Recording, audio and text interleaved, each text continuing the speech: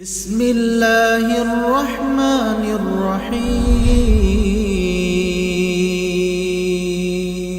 الحمد للہ رب العالمین والعاقبۃ للمتقین والصلاة والسلام علی سید الانبیاء والمرسلین وعلی آلہ واصحابہ ومن تبعہم بإحسان الی یوم الدین، اما بعد۔ صحیح بخاری میں جناب ابو ہریرہ رضی اللہ تعالی عنہ کی حدیث ہے، وہ فرماتے ہیں کہ رسول اللہ صلی اللہ علیہ وسلم نے صحابہ کو مخاطب ہو کر فرمایا کہ جو بنو آدم یعنی بنی آدم اس دنیا میں رہ کر آگ جلاتے ہیں، جہنم کی آگ میں سے یہ اس کا صرف ایک جز ہے۔ صحابہ نے کہا اللہ کے رسول، ہماری یہ دنیا کی جو آگ ہے یہی ہمارے لیے کافی ہے، یہ تو بہت زیادہ آگ ہے۔ تو پھر رسول اللہ صلی اللہ علیہ وسلم نے فرمایا کہ جہنم کی آگ دنیا کی آگ سے 69% زیادہ طاقتور ہے، اپنی گرمی میں اور اپنی ہولناکی میں۔ یہ حدیث اس بات کی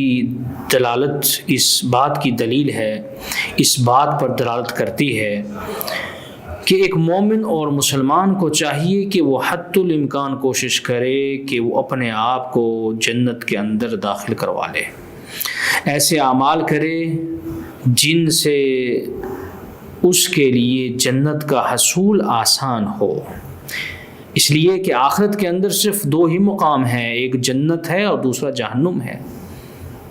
اگر جنت نہ جا سکے تو پھر دوسرا مقام جہنم ہے، جس کی ہولناکیاں اللہ تعالیٰ قرآن مجید میں بار بار ذکر کرتے ہیں۔ سورہ واقعہ میں اللہ تعالیٰ ارشاد فرماتے ہیں وَأَصْحَابُ الشِّمَالِ مَا أَصْحَابُ الشِّمَالِ، کہ الٹے ہاتھ والے کتنے ہی برے ہیں۔ الٹے ہاتھ والے یعنی جنہیں نامہ اعمال الٹے ہاتھ میں دیا جائے گا، یا جن کے نامہ اعمال اور صحائف ان کو پیٹھوں سے دیے جائیں گے۔ وَأَصْحَابُ الشِّمَالِ مَا أَصْحَابُ الشِّمَالِ فِي سَمُومٍ وَحَمِيمٍ، وہ ایسے ماحول میں ہوں گے جس ماحول میں آگ اور آگ کی تپش اور لو ہوگی، اور فرمایا کہ اس ماحول میں گھولتا ہوا پانی ہوگا۔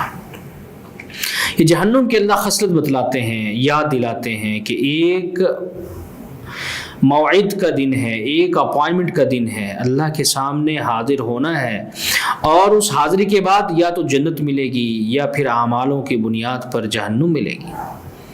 اور اس میں جو ماحول کا ذکر اللہ رب العزت فرما رہے ہیں، اس کا اندازہ ہمیں گرمیوں میں اس دنیا کے اندر بھی ہوتا ہے۔ نبی کریم صلی اللہ علیہ وسلم نے فرمایا سال میں جہنم 2 سانس لیتی ہے، ایک ٹھنڈا اور ایک گرم۔ ٹھنڈے سانس سے سردی، جبکہ گرم سانس سے دنیا میں گرمی ہو جاتی ہے۔ اور جب گرمی ہوتی ہے، لو چلتی ہے، تو ہم نئے طریقوں سے اپنے آپ کو سورج کی گرمی، تپش اور گرم لو سے اپنے آپ کو بچانے کی تگ و دو اور کوشش کرتے ہیں۔ لیکن جہنم کی لو اور تپش اور اس کا گھولتا ہوا پانی اس کا کوئی مقابلہ نہیں کر سکے گا۔ پھر اللہ تعالیٰ مزید ارشاد فرماتے ہیں وَظِلٍّ مِّن يَحْمُومٍ، جہنم کے اندر سیاہ گھنے بادل ہوں گے۔ آگ لگتی ہے، آگ کے بعد پھر اس کا دھواں نکلتا ہے، اور وہ دھواں کالا ہوگا، اور فرمایا کہ لا بارد ولا کریم، اس جگہ پر یعنی جہنم کے اندر نہ تو کوئی ٹھنڈی جگہ ہوگی اور نہ راحت بخش کوئی مقام ہوگا۔ سورہ قاریہ میں اللہ تعالی ارشاد فرماتے ہیں وَأَمَّا مَنْ خَفَّتْ مَوَازِينُهُ، وَأَمَّا مَنْ خَفَّتْ مَوَازِينُهُ، میزان لگے گا جن کے نامہ اعمال ہلکے ہوں گے، ان کی برائیاں زیادہ ہوں گی۔ فرمایا فَأُمُّهُ هَاوِيَةٌ، اس کا ٹھکانہ ہاویہ ہے۔ وَمَا أَدْرَاكَ مَا هِيَ، تمہیں کیا پتا کہ یہ کون سا ٹھکانہ ہے؟ پھر اللہ تعالیٰ اس کی خود وضاحت فرماتے ہیں، نار حامیہ، وہ بھڑکتی ہوئی آگ ہے، وہ دہکتی ہوئی آگ ہے، وہ تکلیف دینے والی آگ ہے۔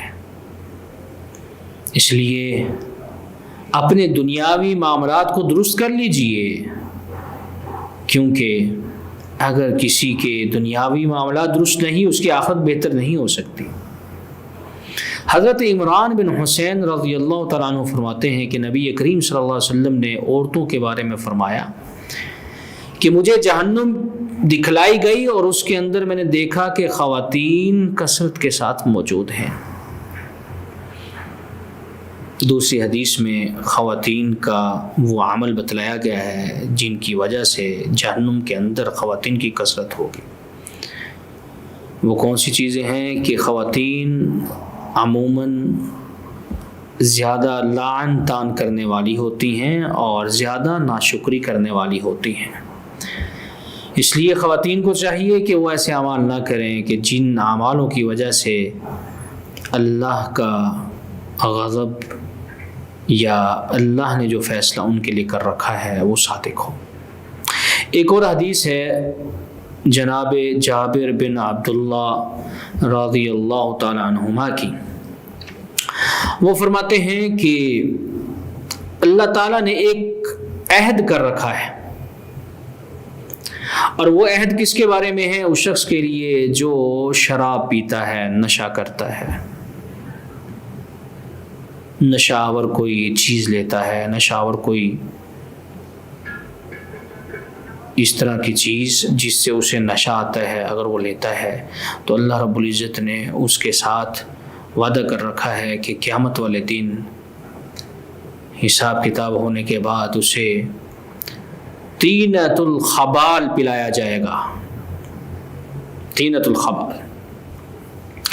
صحابہ نے پوچھا اللہ کے رسول یہ طینۃ الخبال کیا ہے؟ فرمایا عرق اہل النار، یہ جہنمیوں کا پسینہ اور پیپ ہے۔ ایک اور حدیث میں ہے عصارۃ اہل النار، یہ جہنمیوں کی زخموں سے نکلی ہوئی پیپ ہے جو کہ پلائی جائے گی، العیاذ باللہ۔ اس لیے ایک مومن کو چاہیے کہ وہ اپنے آپ کو جہنم کے عذاب سے بچا لے، اللہ کے غضب سے وہ اپنے آپ کو بچا لے، اور کوئی ایسا کام نہ کرے جو کام اسے جہنم کے اندر لے جائے۔ وہ کام بڑے بڑے کون سے ہیں؟ اللہ کے ساتھ شرک کرنا۔ جو اللہ کے ساتھ شرک کرے گا جہنم اس کے لیے واجب اور جنت اس کے لیے حرام۔ ایسے ہی اللہ کے ساتھ کفر کرنا یہ بھی بہت بڑا جرم ہے۔ کفر سے مراد نافرمانی کرنا، ایسے ہی رسولوں کی تکذیب کرنا، رسولوں کو جھٹلانا، ہاں زبان سے نہیں لیکن عمل سے۔ اگر کوئی شخص جھٹلاتا ہے، اگر عمل سے کوئی شخص جھٹلاتا ہے تو وہ بھی جہنم کے اس عذاب کا مستحق ٹھہرے گا۔ ایسے ہی اللہ تعالیٰ کی آیات کے ساتھ استہزاء کرنا، اللہ کی آیات کا مذاق اڑانا، یہ بہت بڑا جرم ہے۔ اللہ رب العزت نے قرآن مجید کو نازل کیا، یہ اللہ کا کلام ہے، اور اللہ برداشت نہیں کرتا کہ اس کے کلام کے ساتھ کوئی شخص استہزاء کرے یا اس کا کوئی مذاق اڑائے۔ اور بڑے گناہوں میں کسی نفس کا قتل کرنا بھی ہے۔ آپ دیکھتے ہیں سوشل میڈیا پر بہت ساری ایسی ویڈیو موجود ہیں کہ بیٹے نے والدین کو، بیٹے نے اپنی بہن بھائیوں کو، چھوٹے بہن بھائیوں کو قتل کر دیا جائیداد کی وجہ سے یا کسی اور وجہ سے۔ بہت ہولناک عذاب ہے جہنم کا ایسے لوگوں کے لیے۔ ایسے ہی سود کا مال کھانا، سود کا کاروبار کرنا، یہ بھی اللہ کے غضب کو دعوت دینے کے مترادف ہے۔ نماز کو ضائع کرنا، زکوٰۃ ادا نہ کرنا، رمضان کے اندر روزے نہ رکھنا، استاد کے باوجود، جوانی کے باوجود اللہ کے اس حکم کو نہ ماننا، یہ بھی موجب جہنم ہے۔ اور اسی طرح جھوٹ بولنا اور برا اخلاق اختیار کرنا اور امانت کے اندر خیانت کرنا اور لوگوں پر ظلم کرنا، والدین کی نافرمانی کرنا اور قطع تعلقی کرنا، رشتے ناتوں کو توڑنا، اس کے علاوہ اور بھی بہت سارے ایسے کبیرہ گناہ ہیں، اگر کوئی شخص ان کا مرتکب ہوتا ہے اس کے لیے اللہ رب العزت نے اس جہنم کو بھڑکایا ہے۔ جہنم بھڑک رہی ہے، جہنم کے اندر آگ جل رہی ہے، اور اللہ رب العزت نے اس جہنم کو اپنے نافرمانوں، کفاروں، مشرکین کے ساتھ بھرنا ہے۔ میرے بھائیوں، یہ رمضان کا مہینہ ہے، اپنے آپ کو، اپنی گردن کو جہنم کی آگ سے آزاد کروا لیجیے۔ اللہ تعالیٰ سے دعا ہے کہ وہ ہمیں ایسے اعمال کرنے کی توفیق عطا فرمائے جو جنت میں لے جانے والے ہوں، نہ کہ ایسے اعمال کرنے کی ہمیں توفیق دے کہ جو موجب جہنم ہیں۔ اللہ تعالیٰ ہمارے ایمان کی حفاظت فرمائے، ہمیں نیک اعمال کرنے کی توفیق عطا فرمائے۔ سبحان ربک رب العزت عما یصفون وسلام علی المرسلین والحمد للہ رب العالمین وجزاکم اللہ خیر والسلام علیکم ورحمۃ اللہ وبرکاتہ۔